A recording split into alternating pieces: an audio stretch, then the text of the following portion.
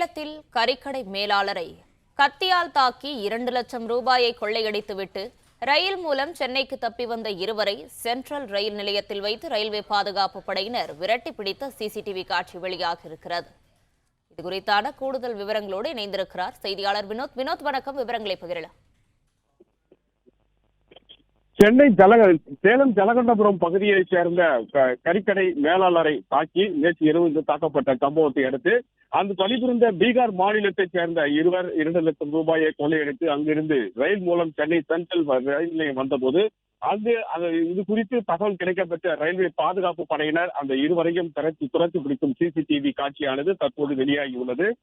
தாரமங்கலம் பகுதியைச் சேர்ந்த பார்த்திபன் என்ற 42 வயதான மேலாளர் ஒருவர் அங்கு இருக்கக்கூடிய முருகன் பிராய்லர் சென்டர் என்ற கடையில் மேலாளராக பணிபுரிந்து வரும் நிலையில் நேற்று இரவு 11 மணி அளவில் அங்கு பணிபுரிந்த பீகார் மாநிலத்தைச் சேர்ந்த முகேஷ் மற்றும் சபீர் குமார் ஆகிய இருவர் அவரை கத்தியால் தலையில் பலமாக தாக்கிவிட்டு அங்கிருந்து போடி நாயக்கனூர் என்ற எக்ஸ்பிரஸ் ரயில் மூலியமாக சென்னை சென்ட்ரல் ரயில் நிலையம் வரைவதாக கிடைக்கப்பட்ட தகவலை அடுத்து சேலம் போலீசார் சென்னை போலீசாரை உஷார்படுத்தியுள்ளனர். இந்த நிலையில் காலை 8:30 மணி அளவில் சென்னை சென்ட்ரல் ரயில் நிலையம் 7வது நடைமேடையில் வந்தபோது அங்கு சாதாரண பெட்டியில் இருந்து இறங்கி வந்த இருவரையும் அங்கு பாதுகாப்பு பணியில் இருந்த ரயில்வே பாதுகாப்பு படை காவல்துறையினர் துரத்தி பிடிக்கும் போது அங்கிருந்து அந்த இருவரும் ரயில் நிலையத்தை விட்டு வெளியே செல்லக்கூடிய சிசிடிவி காட்சியும் மிக தெளிவாக பதிவாகியிருந்தது.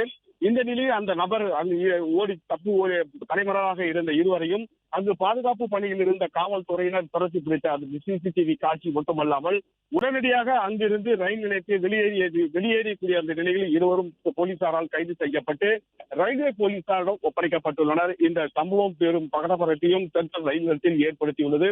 இந்த நிலையில் சேலம் காவல்துறையினருக்கு, அதாவது ஜலகண்டபுரம் காவல் நிலையத்தைச் சேர்ந்த போலீசாருக்கு தகவல் கொடுக்கப்பட்டிருக்கக்கூடிய நிலையில் போலீசார் இன்னும் சற்று நேரத்தில் சென்னை சென்ட்ரல் ரயில்வே காவல் நிலையம் வரக்கூடிய நிலையில் அந்த இருவரும் அவரிடம் ஒப்படைக்கப்பட உள்ளனர்.